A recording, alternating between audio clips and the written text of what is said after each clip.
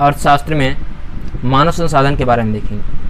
मानव संसाधन में हम लोगों ने कई पार्ट इसके पीछे देखे हैं। अगर आप नहीं देखें इसके पीछे वाले पार्ट तो डिस्क्रिप्शन में जाइए, वहाँ पे लिंक दिया हुआ है, वहाँ से आप उस वीडियो को देख लें ताकि आपको इस अध्याय को समझने में कोई कठिनाइयाँ ना हो। इस अध्याय में जैसे कि अगर बात करें तो इस पार्ट में अगर बात करते हैं तो जन्म दर के बारे में जानना है, यानी कि बर्थ रेट क्या होता है, जन्म दर क्या होता है। जब जन्म दर की हम बात करते हैं तो जन्म दर कहते हैं कि एक वर्ष में, यानी कि एक वर्ष में जो है 1000 व्यक्तियों पे 1000 जो व्यक्ति हैं उनमें जितना यानी कि जीवित बच्चों का जन्म होता है वो कहलाता है जन्म दर। यानी कि 1000 प्रति जीवित बच्चों का जो जन्म होगा वो कहलाएगा जन्म दर। यानी कि एक वर्ष में प्रति 1000 व्यक्तियों पे जीवित जन्म लेने वाले बच्चों की संख्या को जो है वो जन्म दर कहते हैं।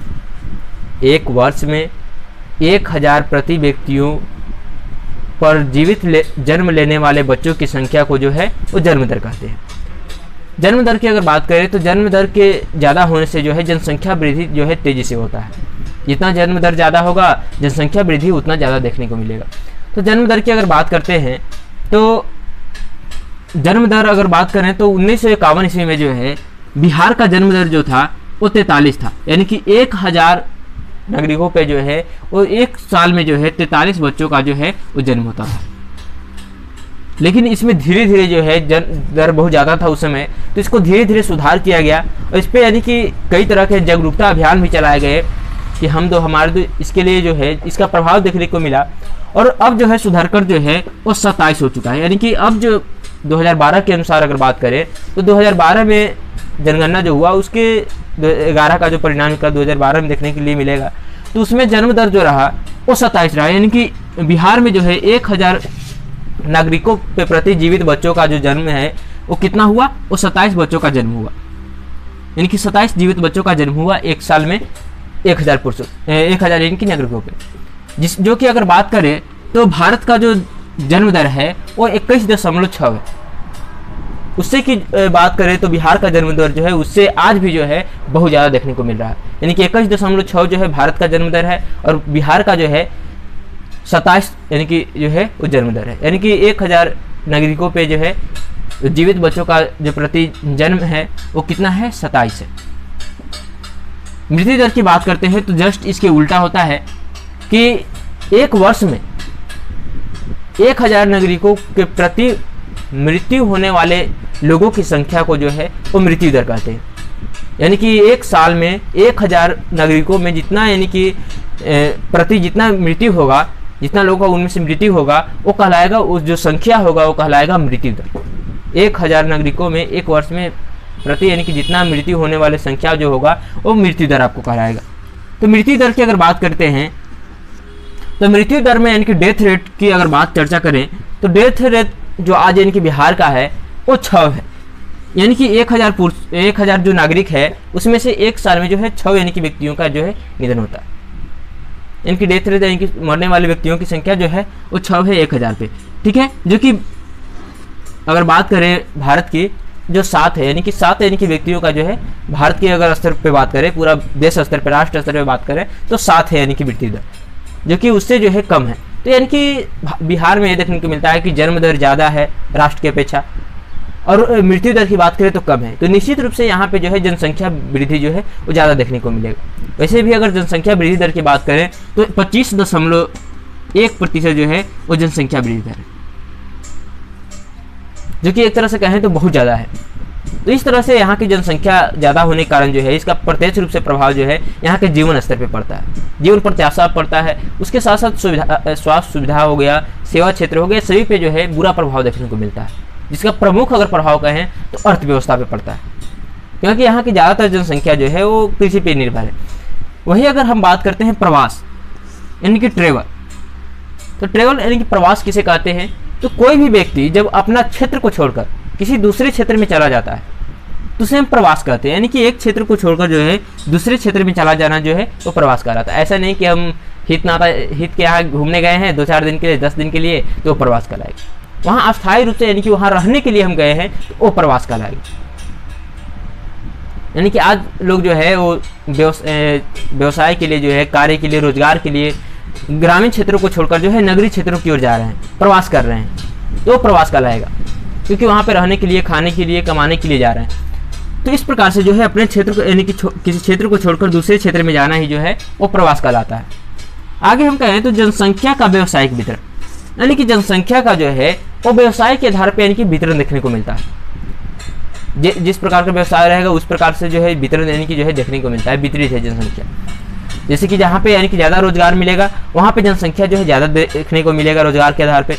उसी प्रकार से व्यवसाय के आधार पे जो है जनसंख्या को कई यानी कि भागों में देख सकते हैं। जैसे कि बिहार की अगर बात करते हैं तो ऑक्यूपेशन डिस्ट्रीब्यूशन ऑफ पॉपुलेशन, यानी कि जनसंख्या का व्यवसायिक वितरण क्या है, तो 70% जो जनसंख्या यानी कि हमारा कुल कार्यशील जनसंख्या जो है वो कितना है, 52% हम लोगों ने पिछले पार्टों में देखा कि 52% जो हमारा जनसंख्या है, बिहार का जो जनसंख्या है वो क्या है, कार्यशील जनसंख्या है।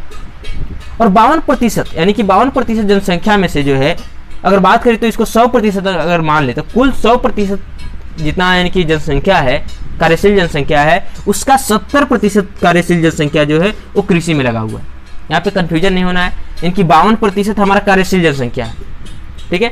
तो कार्यशील जनसंख्या जितना होगा वो हमारा मान लीजिए कि अगर मान लेते हैं कि हमारे देश में जो है वो 2 करोड़ जो है कार्यशील जनसंख्या है, अगर मान लेते हैं 5 करोड़ कार्यशील जनसंख्या है, ठीक है। तो ये 5 करोड़ यानी क्या है, हमारे लिए कार्यशील जनसंख्या क्या है, 100% एक तरह से है। तो 5 करोड़ में से जो है कितना, यानी कि 70% जो जनसंख्या है वो कृषि और कृषि से संबंधित कार्यों में लगा हुआ है।